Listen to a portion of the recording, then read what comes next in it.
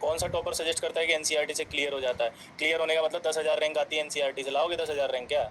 वो एक कहते हैं एनसीईआरटी भी पढ़ो, वो ये नहीं कहते हैं कि एनसीईआरटी ही पढ़ो। स्टेटमेंट का तो मतलब समझो। क्या बोलते हैं टॉपर? एक बच्चों ने लिखा, फिर टॉपर क्यों बोलते हैं कि एनसीईआरटी से रैंक आ जाती है? अरे टॉपर ने बोला ही कब है? तुमने मतलब निकाल लिया उसका भाई। उन्होंने तो बेचारों ने बोला एनसीईआरटी भी पढ़ो। एनसीईआरटी भी पढ़ो में और एनसीईआरटी ही पढ़ो में अंतर होता है बे। एनसीईआरटी पढ़ के वो 15-15 घंटे काहे पढ़ेंगे? अगर एनसीईआरटी पढ़नी हो तो साली 2 महीने में तुम्हारी तरफ पढ़ के नहीं निकाल देंगे एनसीईआरटी को।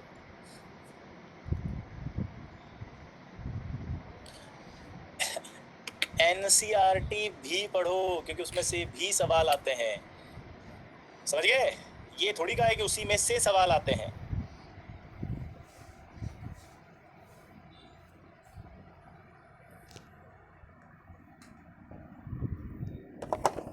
और कोई भी टॉपर अपने सीक्रेट कभी ऐसे नहीं पब्लिकली रिवील करता है, ये हमेशा याद रखना। कभी मेरे साथ किसी टॉपर से मिलना तो मैं बिठाऊंगा उस टॉपर को और मैं बोलूंगा बेटा साल भर जो तेने मेरे से बोला ना वो बोल यहाँ पे एक बार। वो नहीं बोलेगा शर्म के मारे, क्योंकि जो असलियत है वो थोड़ी बताएगा। वो थोड़ी बताएगा कि वो भी गेम खेलता था, वो थोड़ी बताया था कि वो भी डिप्रेस हो गया था, वो थोड़ी बताएगा कि उसने भी 1 महीने के लिए पढ़ाई छोड़ दी थी, वो थोड़ी बताएगा कि विजय सर ने उसको डांटा था, ये थोड़ी बताएगा कि वो भी लैपटॉप पे जो है वो रात को बैठ जाता था, मूवी देखता रहता था, नहीं पढ़ता था।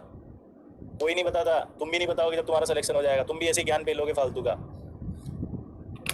मुझे लगता है कि अच्छी रैंक लाने के लिए आपको लगातार मेहनत करने की आवश्यकता है। होमवर्क कभी नहीं छोड़ते, होमवर्क बहुत अच्छे से करना चाहिए। टीचर की जब भी बात हो तो माननी चाहिए, डिस्ट्रक्शन से दूर रखना चाहिए। मैंने साल भर अपने हर फ़ोन को दूर रखा था। मोबाइल पे सिर्फ मैं डाउट्स पूछता था, मेरे सिर्फ डाउट्स के जो ग्रुप्स थे वो बने हुए थे। इसके अलावा मैंने कभी मोबाइल को हाथ भी नहीं लगाया। अब उससे एक बार पकड़ना, तेरी माताजी ने कितनी बार फ़ोन किया था मेरे को कि सारी दिन भर गेम खेलता रहता है, इसको कुछ समझाओ, ये फेल हो जाएगा। ठीक है, वो नहीं बोलेगा। मैं एक फिक्स टाइम टेबल फॉलो करता था। सुबह जल्दी उठकर मैं केमिस्ट्री लर्न करना था ताकि मेरा जो है केमिस्ट्री अच्छे से याद हो जाए। सुबह का जो स्लॉट होता है फ्रेश माइंड में होता है, फ्रेश माइंड में केमिस्ट्री याद करना अच्छा होता है, इसलिए मैं केमिस्ट्री जल्दी याद करता था पहले उठ के। फिर मैं बायोलॉजिकल क्लॉक सिस्टम को हमेशा फॉलो करता था, वो बहुत ज़रूरी होता था। मैं आपको यही सजेस्ट करना चाहूँगा, जे एस्पिरेंट जितने भी हैं वो अपने होमवर्क को अच्छे से करें। अब यार आज तक की बात आपको पता चला होमवर्क किसका पूरा होता है बे?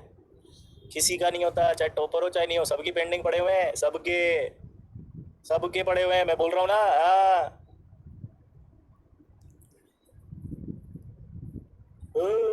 सब बिंदास रहते हैं। इसलिए तुम तो टॉपर बनोगे, कैसे बनोगे? सिर्फ एक दो चीज़ें याद रखो।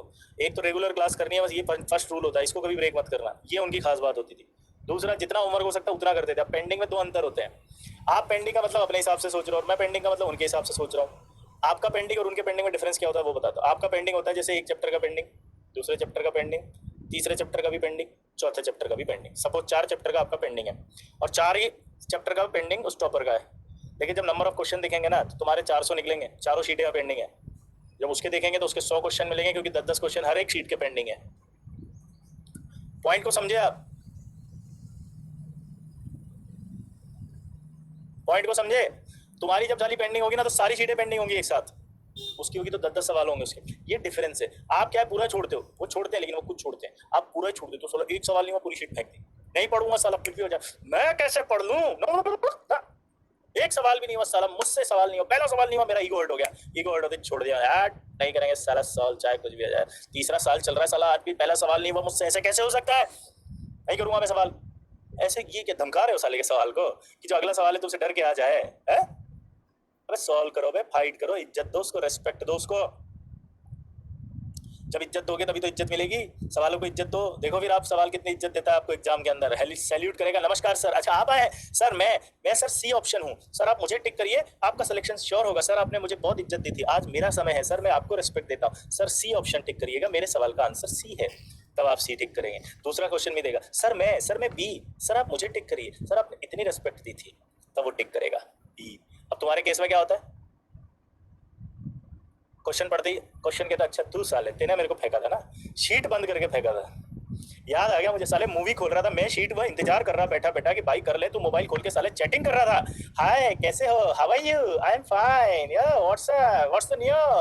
अब मैं कह रहा भाई मुझे भी तो कर लो, काहे बुलाया मुझे, काहे बिठा रखा शीट खुला के? साला एक टांग पे खड़ा करके हमको बिठा के 2 घंटे साला चैटिंग कर लिया तुम। अब बताते हैं, सी ऑप्शन होता है, वो बोलता बी, जा जा साले को मजे ले इसके, जा तू बोल बी। बी कहता मैं क्यों जाऊँ, डी को बोलना, तो डी भी तुझा डी, तो साला हमको सब नजर आता है, इसमें बी भी हो सकता है, इसमें डी भी हो सकता है, इसमें सी भी हो सकता है। और कई बार तो सी पता है क्या कहता है, साले सब छुप जाओ, मत देखो साले को, एक भी आंसर नजर नहीं आता है, सब उड़ जाता है। भगवान कौन सा आंसर है क्वेश्चन में, दिख ही नहीं रहा साला, कहाँ टिक करे बे, एक भी नहीं दिख रहा, कुछ नजर नहीं आता। तो पहले रिस्पेक्ट देना सीखो सवालों को, रिस्पेक्ट दोगे तब आपको रिस्पेक्ट मिलेगी। क्लियर? अरे बाप रे टाइम ही हो गया, ओ सॉरी यार।